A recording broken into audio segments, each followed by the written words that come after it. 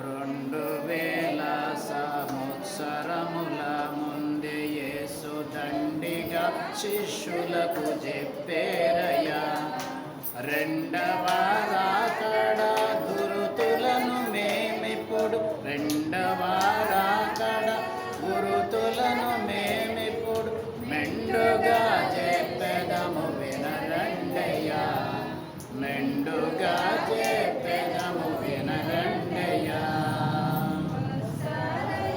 యేసు వస్తారయ్యా, ఆకాశ వీధికి వస్తారయ్యా. చాలే. ప్రభునందు ప్రియులారా, మరి ఈ యొక్క నవంబరు నెల, ఈ నెల అంతా కూడా రెండవ రాకడను ధ్యానము చేసుకొనుట. ప్రభు రెండవసారి భూలోకమునకు వస్తానని వాగ్దానం ఇచ్చెను. ఆ వాగ్దానమును బట్టి రెండవ రాకడ ప్రభు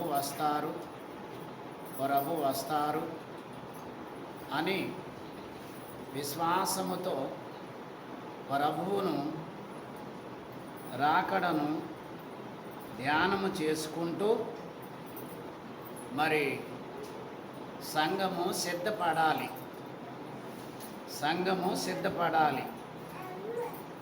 ఈ యొక్క మరి సంఘము సిద్ధపడే విధానములో చూస్తే చాలా సంగతులు కలవు. మరి ఆ యొక్క రాకడ దినములలో సిద్ధపాటు కలిగి ఉండటానికి కొన్ని వాగ్దానములు కలవు. బైబిలు గ్రంథములో పరమగీత గ్రంథము మొదటి అధ్యాయము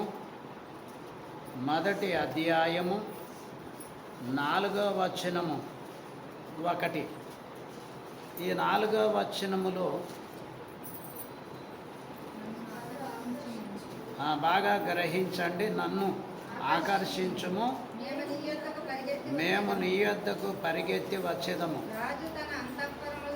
రాజు తన అంతఃపురములోనికి నన్ను చేర్చుకొనును. నిన్ను బట్టి మేము సంతోషించి ఉత్సాహించేదము. ద్రాక్షారసము కన్నా నీ ప్రేమను ఎక్కువగా స్మరించేదము. యథార్థమైన మనస్సుతో వారు నిన్ను ప్రేమించుచున్నారు. గనుక వాక్యము బాగా మనము గ్రహించినప్పుడు మరి ఈ 4వ వచనములో మొదటి భాగము నన్ను ఆకర్షించుము.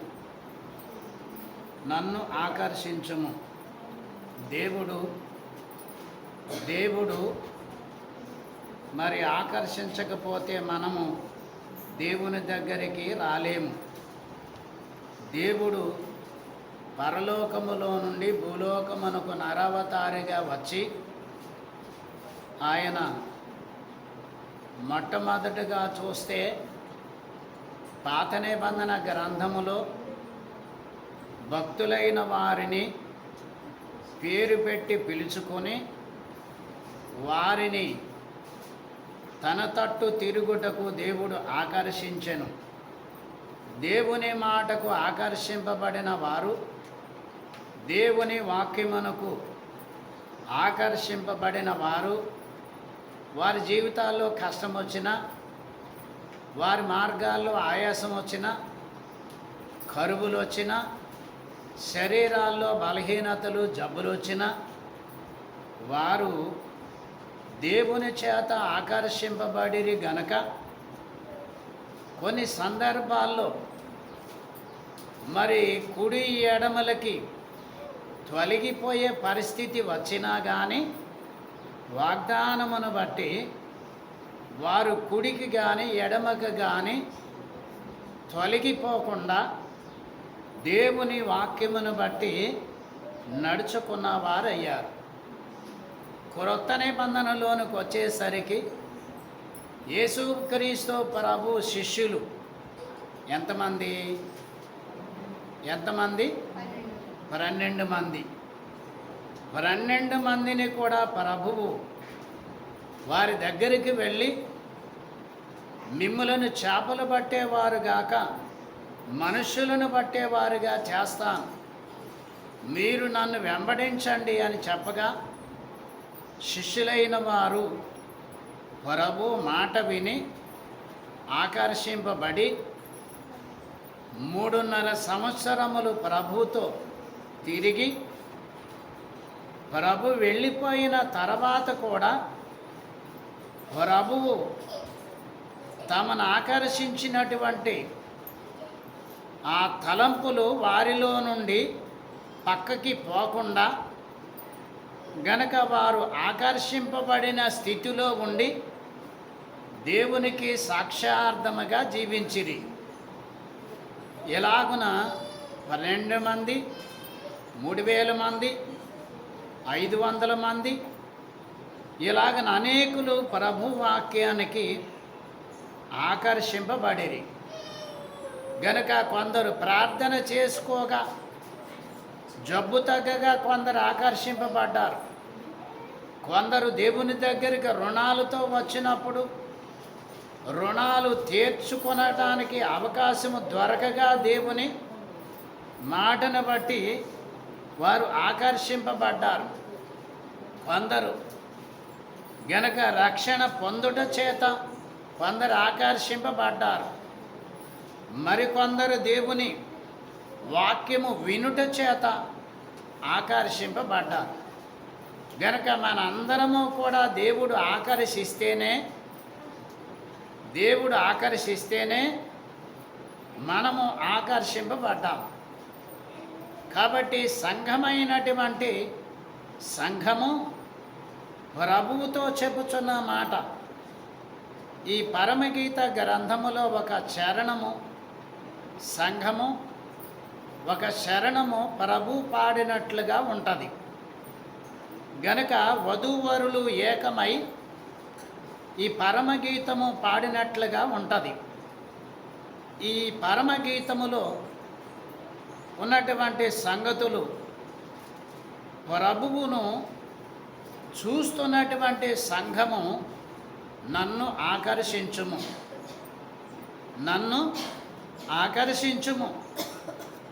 గనక నన్ను ఆకర్షించుము అనే సంఘము ప్రభువునకు తెలియచేస్తున్నట్లుగా గ్రహిస్తున్నాం.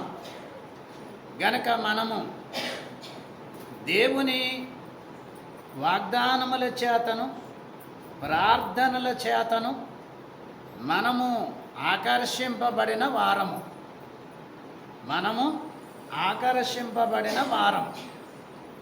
గనక మనము దేవుని వాక్యము బాగా వినగలిగినప్పుడు ఆకర్షింపబడతాం. దేవుని సన్నిధికి బాగా వెళుతున్నప్పుడు ఆకర్షింపబడతాం. గనక దేవుని సన్నిధిలో బాగా వాడబడుతున్నప్పుడు ఆకర్షింపబడతాం. గనక ఏమీ లేకుండా ఊరకనే కూర్చుని వెళ్తే ఎవరికి ఆకర్షింపబడతాం?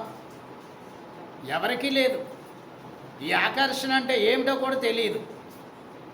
కాబట్టి ఆకర్షింపబడినప్పుడు సంఘము నన్ను ఆకర్షించుము అనగా, ఇనప ముక్కలని అయస్కాంతము ఏం చేస్తుంది? ఆకర్షిస్తుంది.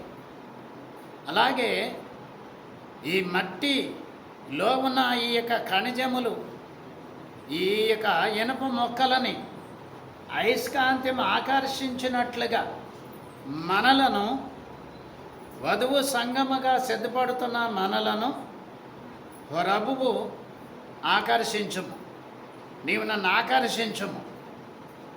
గనక ఆ దేవుడు ఆకర్షించినప్పుడు మనిషికి కూడా ఆ ఆకర్షణీయమైన స్థితిని అందుకుని స్వీకరించేటువంటి తలంపులు కూడా ఉండాలి మనిషికి. గనక ఆ యొక్క ఆకర్షించినప్పుడు ప్రభువు, నన్ను ఎవరు ఆకర్షించారు? అని తెలుసుకోగలిగినటువంటి ఆత్మీయమైనటువంటి స్థితి కావాలి. గనక ప్రభువు ప్రతిసారి ప్రతి ఒక్కరిని కూడా ఆకర్షిస్తూనే ఉన్నాడు. ఈ ఆకర్షణీయమైనటువంటి స్థితిలో మనం ఎంత దేవుని దగ్గరికి లేక ఎంత దేవునికి ఆకర్షితులం అవుతున్నాము అనేది ప్రశ్న వేసుకోవాలి. గనక ఒక వచనము మొదట రాసినటువంటి దెస్సలోనికైలకు రాసిన పత్రిక 4వ అధ్యాయము 17వ వచనము. ఈ 4వ అధ్యాయం 17వ వచనములో ఆ మీదట సజీవులమై నిలిచియుండు మనము వారితో కూడా ఏకముగా ప్రభువును ఎదుర్కొనుటకు ఆకాశ మండలమునకు మేఘముల మీద కొనిపోబడదుము. చాలండి. గనక ఇక్కడ ప్రభువు పరలోకములో ఉండి భూలోకములో ఉన్న సంఘమును ఆకర్షించినప్పుడు సంఘము 2 గుంపులు.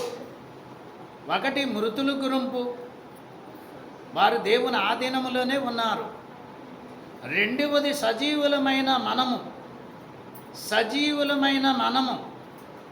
కాబట్టి మృతులైన వారు ప్రభు వచ్చినప్పుడు ఆ బూర మ్రోగగానే ఈ మృతులైన వారు ప్రభువుని కలుసుకుందురు.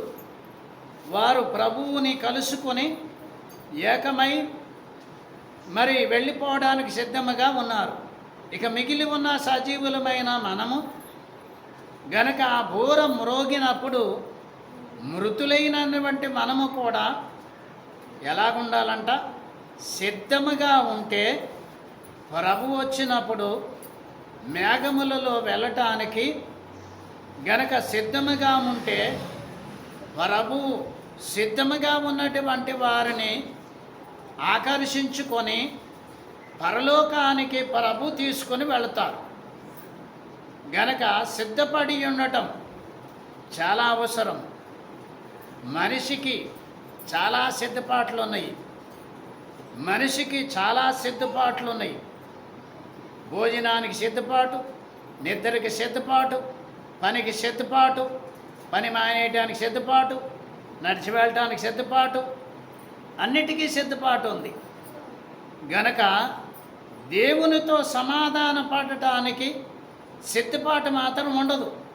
మందిరానికి రావడానికి సిద్ధపాటు ఉండదు. గనక మందిరానికి సమయానికి వెళ్ళే సిద్ధపాటు ఉండదు. గనక సమయానికి వచ్చే సిద్ధపాటు ఉండదు. సమయానికి ఏకీపించే సిద్ధపాటు ఉండదు.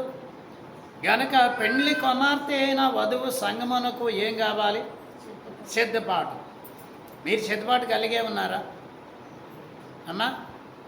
సిద్ధపడే ఉన్నారా? సిద్ధపాటు కలిగి ఉంటున్నారా? గనక ప్రతి వారు కూడా ఏమి కలిగి ఉండాలి? సిద్ధపడి ఉండినప్పుడు ప్రభు నన్ను ఆకర్షించుము అంటే బాగుంటుంది. సిద్ధపాటు లేకుండా నన్ను ఆకర్షించుము అంటే బాగుంటుందా? బాగా ఉండదు. గనక సిద్ధపాటు లేకుండా మరి సిద్ధపరుచుకొనకుండా సిద్ధపడకుండానే ప్రభువా నన్ను ఆకర్షించుము అంటే సిద్ధపడి ఉంటేనే ఆకర్షింపబడడానికి అవకాశం ఉంటుంది. గనక సిద్ధపడి ఉండనటువంటి వారికి ఆకర్షించుము అని చెప్పాలి అంటే మరి గనక ఇది కరెక్ట్ కాదు. సిద్ధపడి ఉండి నన్ను ఆకర్షించుము అంటే బాగుంటుంది. సిద్ధపడకుండా నన్ను ఆకర్షించుము అంటే గనక చాలా పనులు ఉంటాయి, చక్కబెట్టాలి, చాలా విషయాలు ఉంటాయి, సరిచేయాలి, సరిచూసుకోవాలి. గనక వీటన్నిటినీ కూడా జాగ్రత్తగా గ్రహించి దేవుని మీద ఆశ పెట్టుకొని ఎదురు చూస్తూ కనిపెట్టుకుని ఉండినప్పుడు నీవు నన్ను ఆకర్షించుము అనాలి. సిద్ధపడకుండా ఆకర్షించుము అంటే మరి గనక సిద్ధపడకుండా ఆకర్షించుము అంటే ఆ యొక్క కార్యము నెరవేర్పులోనికి రాదు. గనక కీర్తనల గ్రంథం 45వ అధ్యాయము 11వ వచనం. 45వ అధ్యాయం 11వ వచనం. ఈ వచనములో ఇలాగ రాయబడి ఉంటుంది, నీ రాజు నీ ప్రభువు అతడు నీ సౌందర్యమును కోరినవాడు, అతనికి నమస్కరించుము. గనుక ఏం చేయాలా? గనక బహిరంగముగా శరీర సంబంధమైన సౌందర్యం ఇది లోకములోనే అంతరంగికమైనటువంటి సౌందర్యం అది ఎస్తేరులో కనబడుతుంది. అలాగే బయటికి కనిపించే సౌందర్యం శరీర సంబంధమైన సౌందర్యం, లోక సంబంధమైన సౌందర్యము కాదు, అంతరంగకరమైనటువంటి సౌందర్యం. అదే ప్రభువు గనక కోరుకున్నటువంటి ఆశించినటువంటి మరి సారాంశము. గనకనే ఈ యొక్క సంఘము మరి ఎలా ఉండాలి?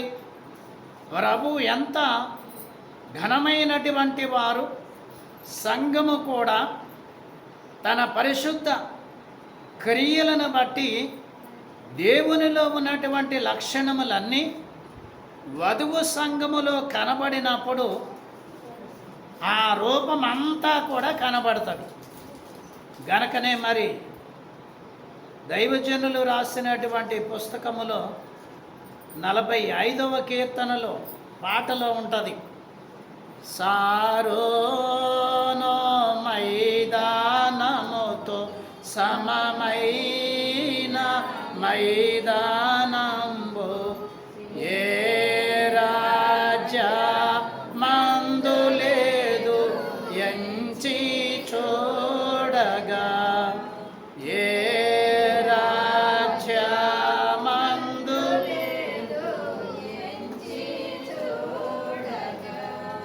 గనక సంఘములో వనితలు ఎంతమంది అయినా ఉండొచ్చుగాక, గనక వధువు మాత్రము ఒక్కరే. ఆ వధువు సంఘము ప్రభువు యొక్క రూపము ఈ వధువులో కూడా కనబడినప్పుడు, పరిపూర్ణముగా సిద్ధపాటు కలిగినప్పుడు, గనక సంఘము సిద్ధపడినప్పుడు, ఎదురు చూస్తున్నప్పుడు నన్ను ఆకర్షించుము. ఈ లోక వ్యవస్థ, ఈ లోకములో ఉన్నటువంటి పరిస్థితులు చాలు అనేటువంటి స్థితిగతులు గనక మరి సంపూర్ణముగా చెప్పుకొనడానికి అవకాశం ఉంటుంది. అలాగే ఆమోసు గ్రంథం 3వ అధ్యాయము 3వ వచనములో 3వ అధ్యాయము 3వ వచనములో దేవుని వాక్యం ఎలాగూ సెలవిచ్చిన మాట ఏమిటి అంటే, గనక ఏం చెబుతారో అది మనం చెయ్యాలి. అది చేసినప్పుడు నెరవేర్పులోనికి మనం గ్రహిస్తాం. ఆమోసు గ్రంథము 3వ అధ్యాయం 3వ వచనం, సమ్మతింపకుండా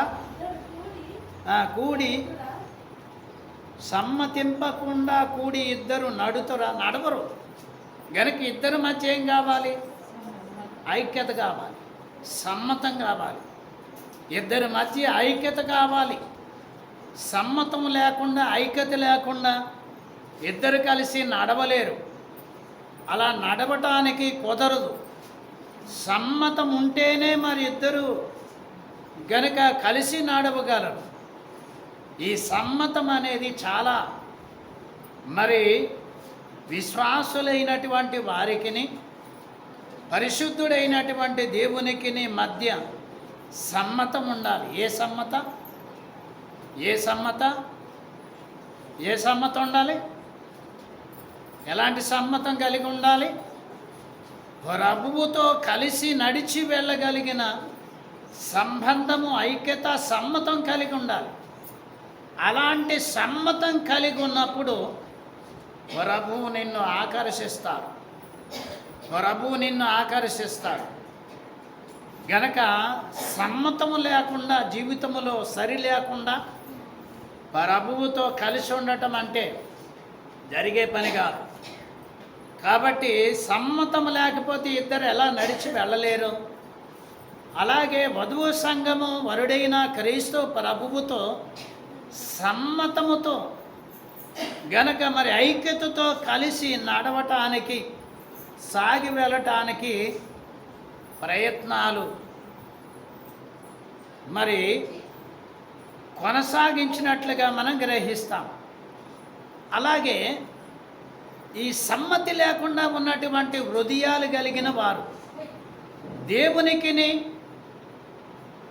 మరి వాక్యానికిని సన్నిధికిని సంబంధం లేకుండా సమ్మతి లేకుండా ఉన్నటువంటి హృదయాలు కలిగిన వారు ఉన్నారు. ఆది కాండము 3వ అధ్యాయం 6వ వచనములో ప్రభు వారిని చూసినప్పుడు, ప్రభు వారి అంతరంగములు చూసినప్పుడు ఎలాగున్నాయంట చదవండి.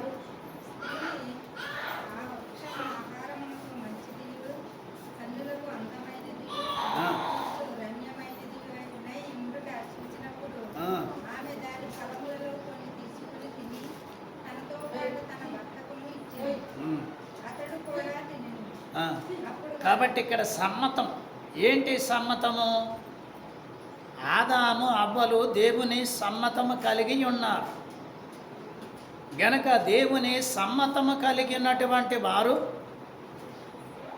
ఆ తోటలోనికి యొక్క సర్పము ఆధారము చేసుకొని సాతానుడు లోపలికి వచ్చి అవ్వమ్మను మోసపరిచినప్పుడు గనక అవ్వమ్మను మోసపరిచే మాటలు మాట్లాడుతున్నప్పుడు, వారు దేవుని నుండి వేరైపోయే మాటలు మాట్లాడుతున్నప్పుడు దేవునికి మరి ఆదాము అవ్వలకున్నటువంటి సమ్మతము అది పోగొట్టడానికి సాతానుడు ఎంతగానో ప్రయత్నం చేశాడు గనక దేవునితో వారికి ఉన్న సంబంధము ఆ లోకములో పాపపు మాటలు వినడం వలన ఈ సంబంధం తెగిపోయింది. ఈ నరులందరూ కూడా పాప సంబంధము పాపనైజము కలిగిన వారే. దేవుని వాక్యాన్ని చదవటం వలన వినటం వలన రక్షణ పొందటం వలన మనిషికి ఏమొచ్చింది? సంబంధం ఏర్పడింది. గనక ఇప్పుడు సంబంధం ఏర్పడితే ఈ దేవుని వాగ్దానమును బట్టి ఆ సంబంధము కలిగి ఉన్నటువంటి సంఘము లేక మీరు మరి దేవునికి మీకు సంబంధం ఉందా? ఇప్పటికీ లోకానికి దేవునికి సంబంధం ఉండకూడదు.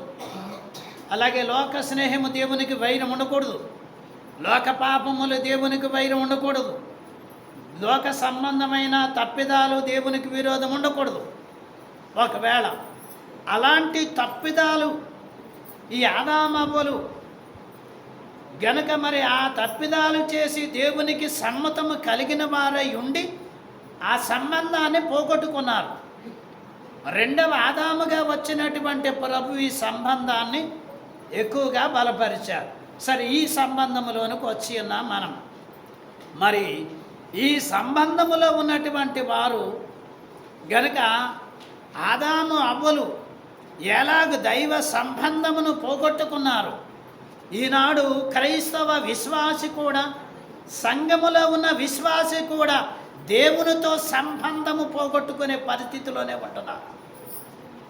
వాక్యముతో సంబంధము పోగొట్టుకునే స్థితిలోనే ఉంటున్నారు. సన్నిధి సహవాస సంబంధము పోగొట్టుకునే స్థితిలోనే ఉంటున్నారు. గనక అలాంటి సంబంధము పోగొట్టుకునే సంబంధము కలిగి ఉంటే ఏమొస్తుంది? దేవునికి మనకి సంబంధం ఏర్పడదు. ఒకవేళ సంఘానికి మీకు సంబంధం ఏర్పడితే పరుండొచ్చు. గనుక దేవునికి మీకు సంఘానికి వాక్యానికి మీకు సంబంధము ఏర్పాటు కలిగి ఉండనట్లుగానే ఉంటారు. గనక దేవుని వాక్యము చదువుతున్న నీవు దేవుని వాక్యానికి నీకు సంబంధం ఉందా? దేవుని సన్నిధికి నీకు సంబంధం ఉందా? అమ్మా, ఉందా? దేవునికి మీకు సంబంధం ఉండాలి అంటే ఏమై ఉండాలా? ఆ వధువు సంఘము నన్ను ఆకర్షించుము, నేను నీ యొద్దకు పరిగెత్తుకొని వచ్చేదం, నన్ను ఆకర్షించుము. గనక ప్రభు ఎన్నిసార్లు ఆకర్షించినా కానీ ఎలా ఉంటున్నాము, ఎక్కడ ఉంటున్నాము, ఏం చేస్తున్నాము, ఏమైనా బ్రతుకు అర్థమవుతుందా, ఏమైనా జీవితం అర్థమవుతుందా, ఏమైనా పరిస్థితులు అర్థమవుతాయా? గనక పరిస్థితులు ఏమి ఎలాగున్నాయన్న సంగతి మాత్రం జ్ఞాపకం చేసుకున్నారు. కానీ నన్ను ఆకర్షించు, నన్ను చూడు ప్రభువ, నా మాట విను ప్రభువ. ఇవి మాత్రం చాలా జాగ్రత్త లేకుండానే వచ్చి వేస్తాయి ఈ మాటలు. గనక జాగ్రత్తగా దేవునికి నీకు సంబంధం లేకుండా ఉంటే గనక నీవు నన్ను ఆకర్షించుమన్నా, గనక నీవు ఆకర్షింపబడాలన్నా ఈ సంబంధం సరిగా లేకపోతే ఆకర్షింపబడే అవకాశాలు ఉండవు. కాబట్టి మన కాలమానములో చూస్తే ఎలాగున్నామంటే పేరుకు మాత్రమే సంఘం, పేరుకు మాత్రమే విశ్వాసులం, పేరుకు మాత్రమే ప్రార్థన పరులం, పేరుకు మాత్రమే సంఘస్థులం. గనక పేరుకు తగ్గ జీవితం ఉన్నదా? పేరుకు తగ్గ జీవితం మనిషిలో ఉంటున్నదా అంటే ఎక్కడా కూడా ఆ పరిస్థితులు కనబడట్లేదు.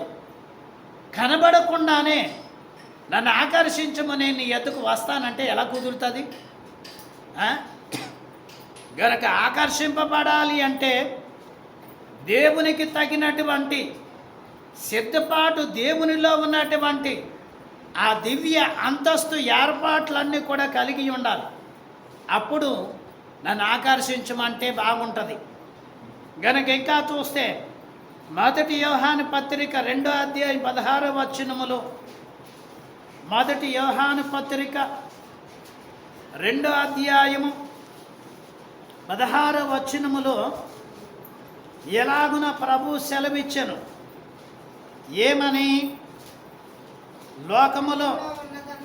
లోకములో ఉన్నదంతయు అనగా శరీరాశయు, నేత్రాశయు, జీవపడమ్మను తండ్రి వలన పుట్టినవి కావు, అవి లోక సంబంధమైనవే.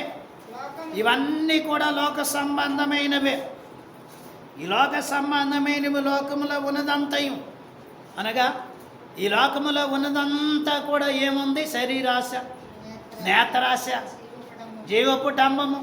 ఇవన్నీ ఎవరి నుండి కలిగినటువంటి మాటలు? ఇవి సైతాను నుండి లోకములో ఉన్న ప్రజలకు గనక ఈ భయంకరమైన ఈ పాప స్థితి కలిగినటువంటి లక్షణాలు ఈ లోకములో జీవిస్తున్నటువంటి వారి అందరిలో ఉన్నవి. గనక అందరిలో కూడా ఎవరున్నారు? సంఘం ఉన్నది. అందరిలో కూడా సంఘము, కుటుంబం ఉన్నది. ఈ అందరిలో ఉన్నటువంటి సంఘములో నీవు ఉన్నావు. కాబట్టి ఈ సంఘములో నీవు ఉన్నప్పుడు ఏముండాలి? లోకములోనిది ఏది కూడా నీలో ఉండకూడదు. లోకములో ఉన్నది ఏది నీలో ఉండకూడదు. ఏముండకూడదు? లోకములో ఉన్నదంతయు అనగా శరీరాశ, ఇది ఉండకూడదు. ఏమి తిందుమా, ఏమి తాగుదుమా, గనక ఏమి వస్తే ఏమి ధరించుకుంటే గనక ఏమి తింటే శరీరం బాగుంటుంది, గనక ఏమి ధరించుకుంటే మనల్ని బాగా చూస్తారు. ఈ లోక సంబంధమైనటువంటి శరీరాశ గనక ఈ ఆశ దేవునికి విరోధం.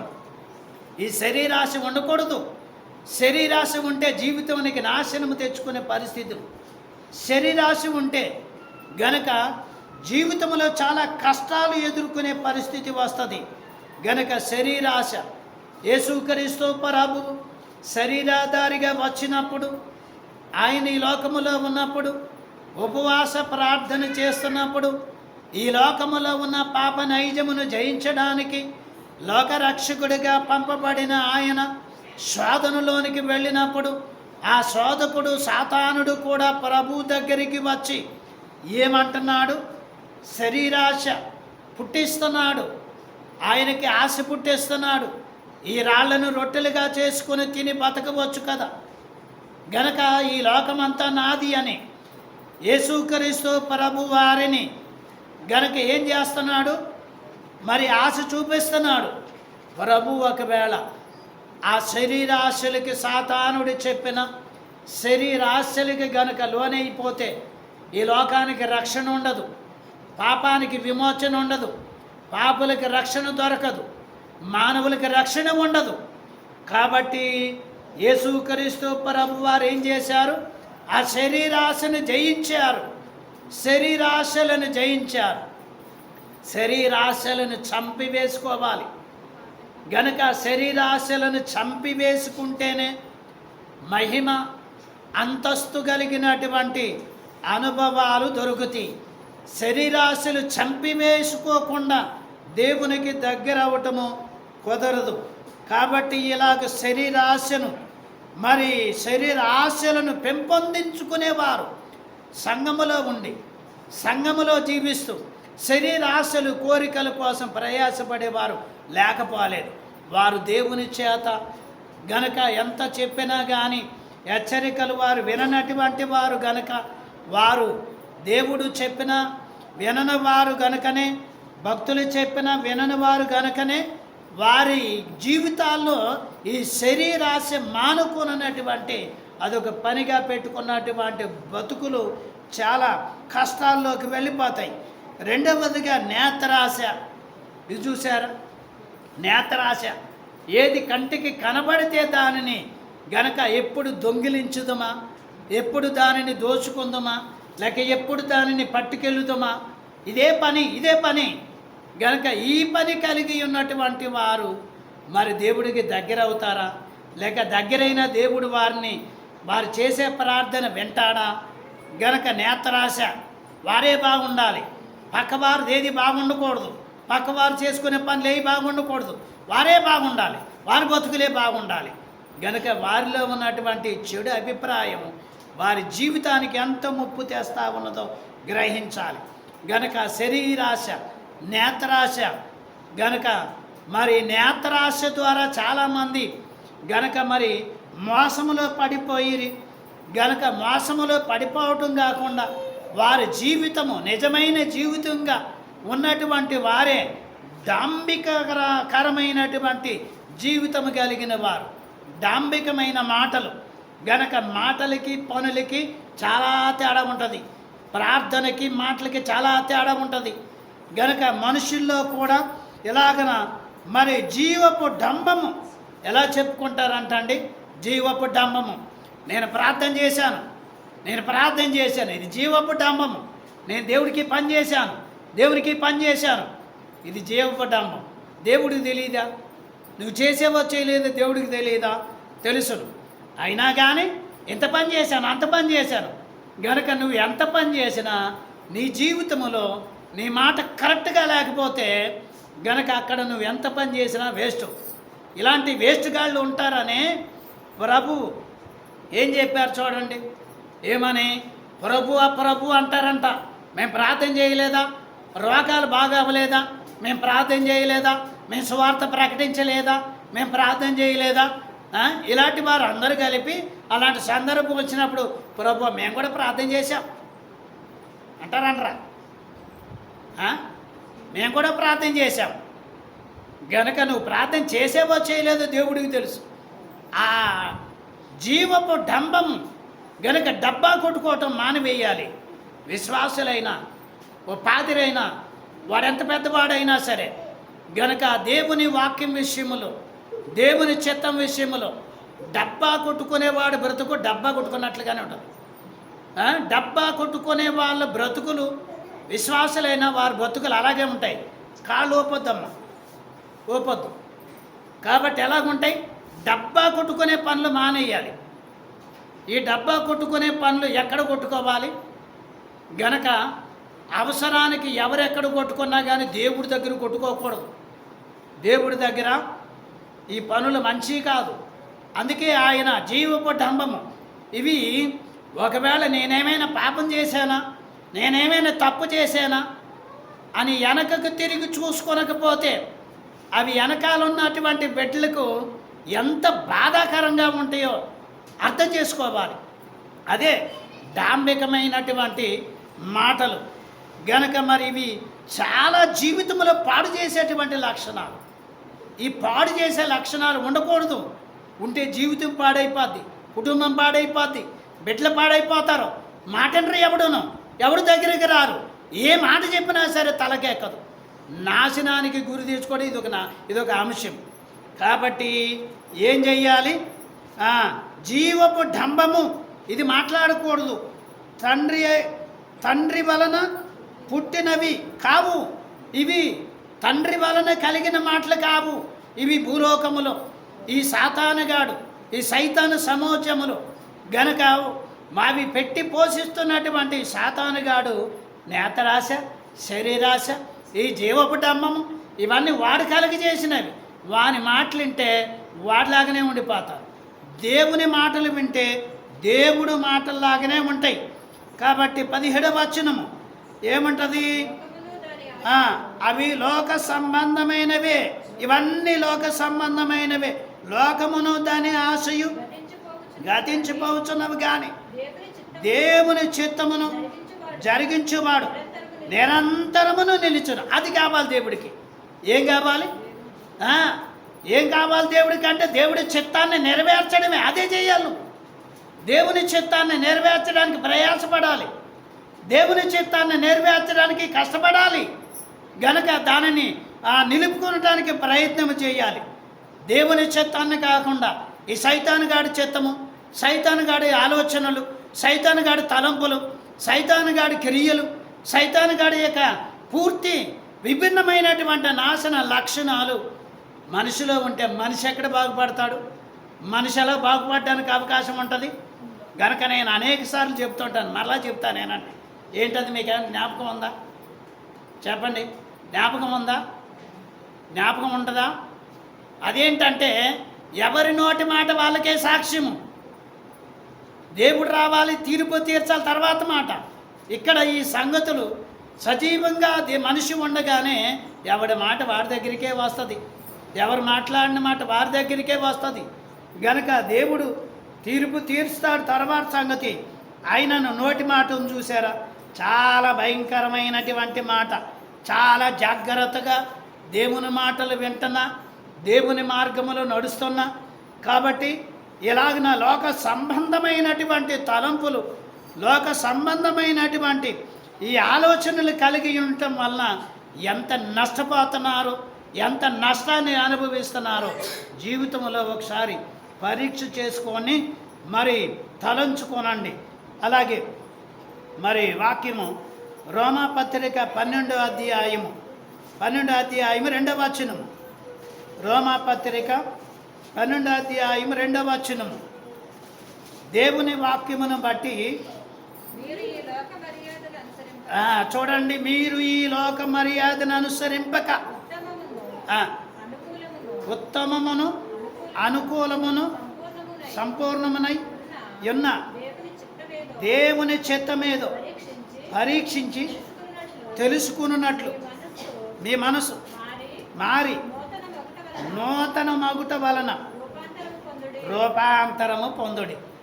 ఇలాంటి లక్షణాలు ఉండటం వలన, ఇలాంటి స్థితిగతులు ఉండటం వలన ఏం మారుతుంది అంటండి? మనసు మారుతుంది. అది నూతనముగా మార్చబడుతుంది. అది నూతనముగా మరి కనిపిస్తుంది.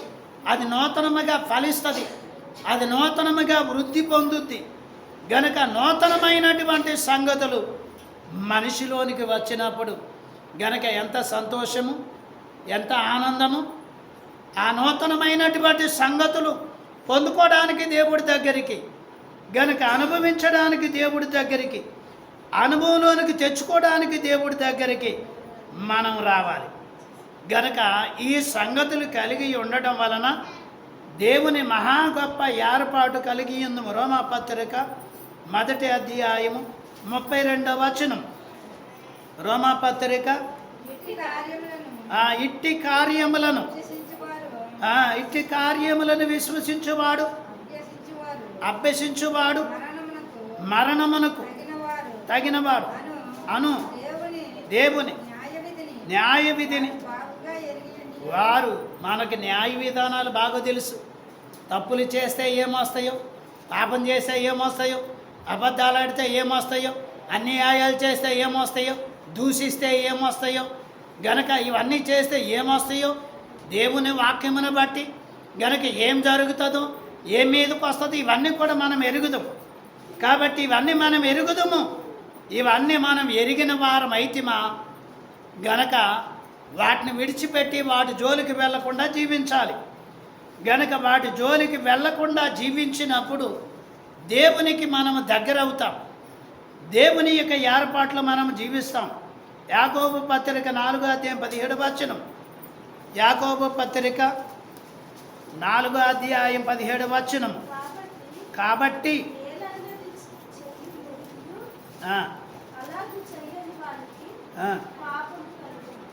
ఏం కలుగుద్ది అంటండి? ఏం కలుగుద్ది? మంచి చేయాలని ఉంది. మంచి చేయాలని ఉన్నా మంచి చేయకపోవటం వలన ఏమొస్తుంది? పాపం వస్తుంది. మంచి చేయాలని ఉన్నా మంచి చేయడం మానివేస్తే కూడా పాపం వస్తుంది. గనక ఏది మంచిది? మనకేదైనా నచ్చంది ఏదైనా ఉంటే అది మన వరకే మంచిది కాదు అని అనిపించుకున్నా దేవుని వాగ్దానమును బట్టి, దేవుని వాక్యమును బట్టి గనక పాపపు సంబంధమైన లక్షణాలు ఏవంటాయో అవి చేయకుండా ఉండాలి. అవి మంచివి కాదు, గనక మంచివి కాదు, అది వేరే లక్షణం. గనక మనం మంచి చెయ్యాలని ఆశ పుట్టి మంచి చేయకపోవడం, మంచి మాట్లాడాలని ఆశ పుట్టి మంచి మాట్లాడకపోవడం, మంచి తలంపులు తలంచి మంచి తలంపులు తలంచకపోవడం, చెడ్డ తలంపులు తలంచడం వలన తర్వాత పాపం అది. గనక మంచి చేయగలిగి చెడును చేయటం బట్టి కాబట్టి మేలైనది చేయుట నెరిగియు అలాగూ చేయని వానికి పాపము కలుగును. అలా చేయకపోతే పాపమే, పాపం వస్తూ ఉన్నది. గనక ఏది గనక మేలైనది చెయ్యాలి. నీకు మేలైనది, ఇతరులకు మేలైనది. గనక ఇతరులకు మేలైనది చేస్తే దేవుడికి గనక మరి కృతజ్ఞత స్తుతులు చెల్లించగలం. అలా చెల్లించకపోతే గనక మేలైన దాన్ని చెయ్యగలిగి అలాగ చెయ్యని వానికి పాపము కలుగును. ఇంకా మరి ఎలాగ ఆకర్షింపడతాం చెప్పండి? ఎలాగ ఆకర్షింపబడటం ఎలా కుదురుద్ది?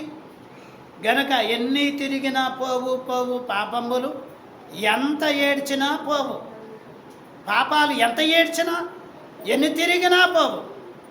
గనక పశ్చాత్తాపము కలిగిన హృదయముతో నా అపరాధములు నా పాపములు క్షమించమని దేవుని ఎదుట కన్నీళ్లతో పాపములు గనక ఒప్పుకుంటే దేవుడు క్షమించే దేవుడై ఉన్నాడు. ఒప్పుకున్నారు ఎప్పుడైనా? అమ్మా ఒప్పుకున్నారా? పాపము ఒప్పుకున్నారా? కన్నీళ్లతో పాపం ఒప్పుకున్నప్పుడే రోగమునకు విరుగుడు కలుగుద్ది.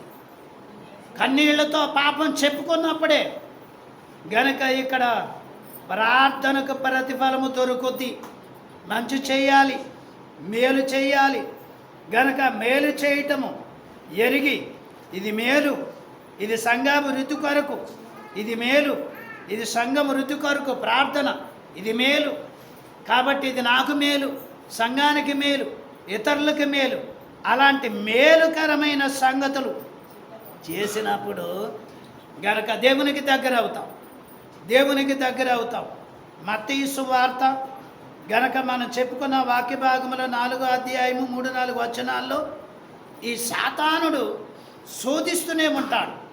దేవుని పక్షముగా ఉన్నట్లయితే సాతానుడు శోధిస్తారు, మనుషులు శోధిస్తారు. పాపములో పడవేయటానికి సాతానుడు గనక దేవుని నుండి వేరైపోవడానికి ఇలాంటి సందర్భాలు వస్తూనే ఉంటాయి. గనక ఎన్ని వచ్చినా కానీ దేవుని పక్షంగానే ఉండాలి. గనక మరి హోషేయ గ్రంథం 11:4 హోషేయ గ్రంథము 11 4వ వచనం. గనక ఈ 4వ వచనములో హోషేయ గ్రంథం, వారు విశ్వాసఘాతకులు కాకుండా నేను వారిని ఏం చేస్తారంటండి? వారి మీదనున్న నా కోపము చల్లారెను. గనక ఏం చేస్తాడంటండి ఆయన? మనస్ఫూర్తిగా వారిని ఏం చేస్తాడంట ఆయన? మనస్ఫూర్తిగా వారిలో ఉన్న ఒకడు మనుషులను తోడుకొని పోవునట్లుగా స్నేహబంధముతో 11వ అధ్యాయం 4వ వచనం. గనక స్నేహబంధములతో నేను వారిని బంధించి ఆకర్షించి తిని. గనక ఎలాగ ఆకర్షించాడంటండి? స్నేహము. యేసుక్రీస్తు ప్రభువారు అన్నారు ఏమని? మీరు నా స్నేహితులు. అబ్రహాము తండ్రి అయిన దేవునికి స్నేహితుడు. గనక యేసుక్రీస్తు ప్రభువు 12 మంది శిష్యులను చూసి మీరు నా స్నేహితులు, నేను మీ స్నేహితుడనని తెలియజేశాను. కాబట్టి స్నేహితుల మధ్య దాపరికాలు ఉండవు, స్నేహితుల మధ్య కపటం ఉండదు, దోషం ఉండదు. గనక యేసుక్రీస్తు ప్రభువు ఆయన స్నేహ బంధమును బట్టి ఎంత స్నేహం అంటండి? గనక ఆయన తోడుకొని వెళ్ళును, ఆయన నడిపించుకొని వెళ్ళును. ఆయన నడిపించుకుని వెళ్ళుటకు కావలసినటువంటి స్నేహ బంధములతో నేను వారిని బంధించి ఆకర్షించి తిని. గనక వారిని ఆకర్షించి తిని. ఎలాగ ఆకర్షించాడంటండి? అంత స్నేహము, అంత బంధము ఈ భూలోకములో తల్లిదండ్రులు కానీ అన్నదమ్ములు కానీ ఎవరూ కూడా అంత బంధము చూపించలేరు. దేవుడు ఒక్కడే అంత బంధాన్ని, అంత ప్రేమను చూపించి వారిని ఆకర్షిస్తున్నటువంటి దేవుడు. ఆకర్షిస్తున్నటువంటి దేవుడు. పాపములో పడిపోయి దొర్లాడుతున్నప్పుడు, రోగ పీడితులై మరి బాధలు పడుతున్నప్పుడు ఎవరు ఆయన గనక మరి కృపకు పాత్రులయ్యారు? ఎవరు ఆయన తట్టు హృదయాలు తిరిగను వారందరినీ కూడా స్నేహితులుగా స్నేహ బంధముతో వారిని గనక ఏర్పాటు చేసుకొని వారిని ఆకర్షించను. గనక ఊరకనే దేవుడి దగ్గరికి వచ్చి ప్రార్థన కూడా చేయకుండా నోరు మూసుకొని, పాట కూడా పాడకుండా నోరు మూసుకొని ఊరకనే వచ్చి వెళ్ళే వారికి స్నేహబంధం ఉంటుందా? ఉంటుందా? ఉండదు. కాబట్టి వారికి దేవుని స్నేహ బంధములతో వారిని బంధించి ఆ పరిపూర్ణమైనటువంటి స్థితిలో దేవుడు ఆకర్షించినప్పుడు, ఆ ఆకర్షణకు లోనైనప్పుడు వారు గొప్ప ప్రతిఫలము పొందుదురు. గనక గొప్ప మరి ఆకర్షణను అందుకుందురు. కాబట్టి పెండ్లి కుమార్తె అయిన సంఘము నన్ను ఆకర్షించము, నన్ను ఆకర్షించము అంటే ఆకర్షించే స్థితి ఉండాలి కదా. ఆకర్షించే స్థితి ఉంటే ఖచ్చితంగా ఆకర్షింపబడతారు. ఆకర్షింపబడని స్థితి లేకుండానే నన్ను ఆకర్షించు, నన్ను ఆకర్షించు. చాలామంది చెప్పుకునే మాటలేంటి తెలుసా? బిడ్డల రక్షణ పొందలే, బిడ్డల ప్రార్థన చేయలేదు, బిడ్డల ప్రార్థన దగ్గరికి రారు, సన్నిధికి రారు, దేవుని మాట వినరు. ప్రార్థన చేయండి, ప్రార్థన చేయండి. జీవితకాలం అంతా ప్రార్థన ప్రార్థన అంటూనే ఒకసారి మందిరానికి వచ్చి ప్రార్థన చేసుకుందామన్న తలంపు బిడ్డలకు రాదు. తల్లులు తండ్రులు రానివ్వరు. ఏంటి తెలుసా? వాళ్ళకి పెళ్ళిళ్ళు సంబంధాలు కుదరవని. సంబంధాలు కుదరు. ఒకవేళ ముందే బాప్తీసం తీసుకుంటేను ఆ బాప్తీసం తీసుకున్న వాడిని ఎతకాలి కదా, కుదరదు. కాబట్టి పెళ్ళి అయిపోయిన తర్వాత అటు ఇటు తెలుసుకుంది కానీ అప్పుడు దాకా అలాగే ఉండు. జీవితాలు ఎలాగుంటున్నాయి?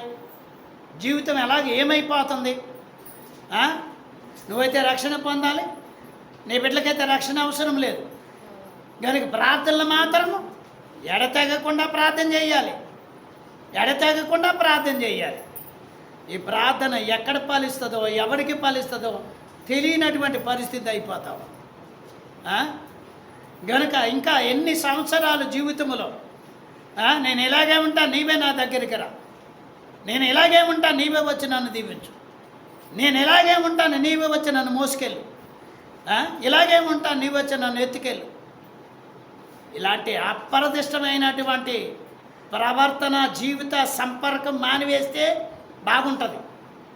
కాబట్టి గాలిచ్చి నీరిచ్చి ఇంత గొప్ప ఏర్పాటు వసతులు ఇచ్చిన గనక దేవునికి కృతజ్ఞత కలిగి ఉండవలసిన కుటుంబాలు, మంచి చేయగలిగిన వారే మేలు పొందవలసి ఉండి గనక మేలును అనుభవించడానికి గనక మీరు సమీపమస్తులై ఉండి దానిని చేయకపోతే ఎంత పాపమో, గనక ఇది చేయకపోవడం కూడా అంతకంటే డబల్ పాపం, అంతకంటే ఎక్కువ పాపం.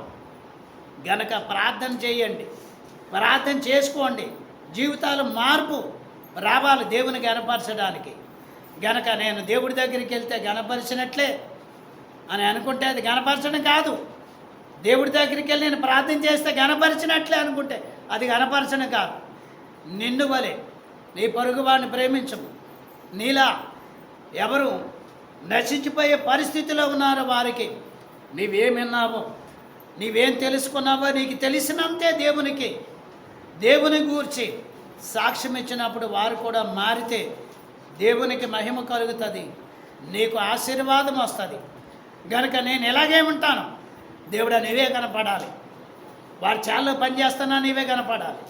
వాడు ఎక్కడ చీకటి గదిలో ఉన్నా నీవే కనపడాలి. వారు అప్రతిష్టమైన పనుల్లో ఉన్నా నీవే కనపడాలి. ఎలా కనపడతాడు దేవుడు? ఎలా కనపడతాడు? ఎలా దేవుడు కనపడతాడు?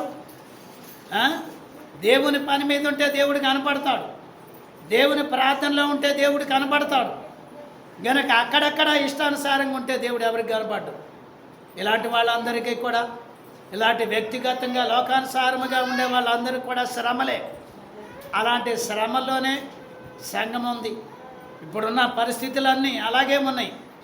కాబట్టి ఎలా దేవుడికి సన్నిధికి వెళ్ళటానికి సిద్ధపడుతున్నాం, ఎలా దేవుడి సన్నిధిలో సిద్ధపాటు కలిగి ఉంటున్నాం అని ప్రశ్న వేసుకోవాలి. ఏదో తాత్కాలికంగా 4 మాటలు చెప్పేస్తే ఆ మాటలు ఈయన అన్నట్లుగా బయటికి వెళ్ళిపోయిన తర్వాత అవి కూడా వదిలేసి జీవితాన్ని అప్రదిష్టమైన పరిస్థితికి తీసుకొస్తే దానికి కారణాలు ఎవరు చెప్పుకోవాలి చెప్పండి?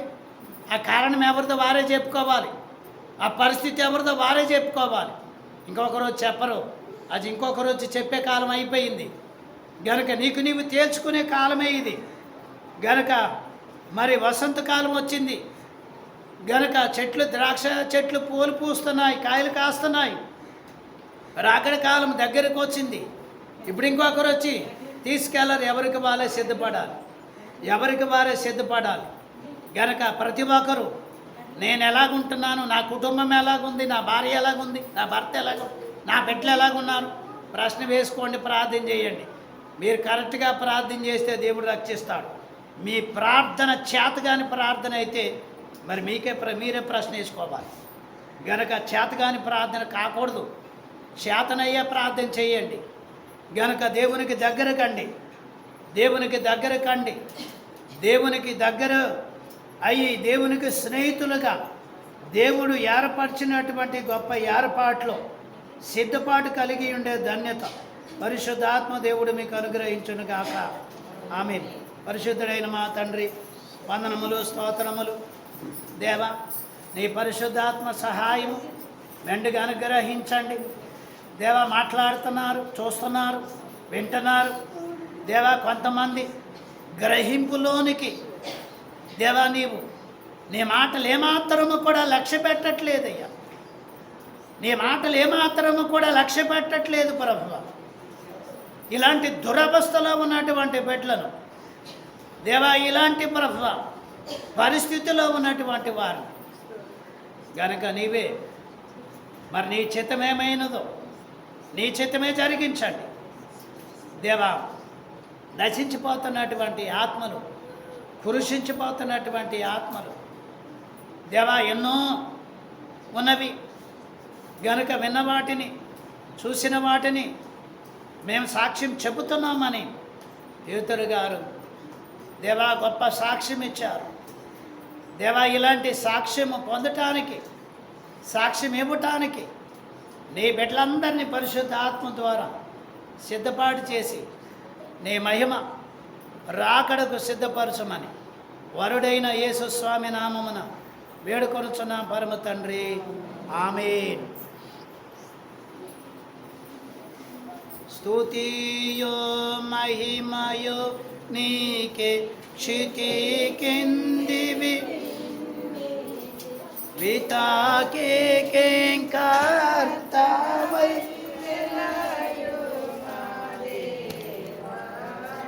ప్రతి వస్తువును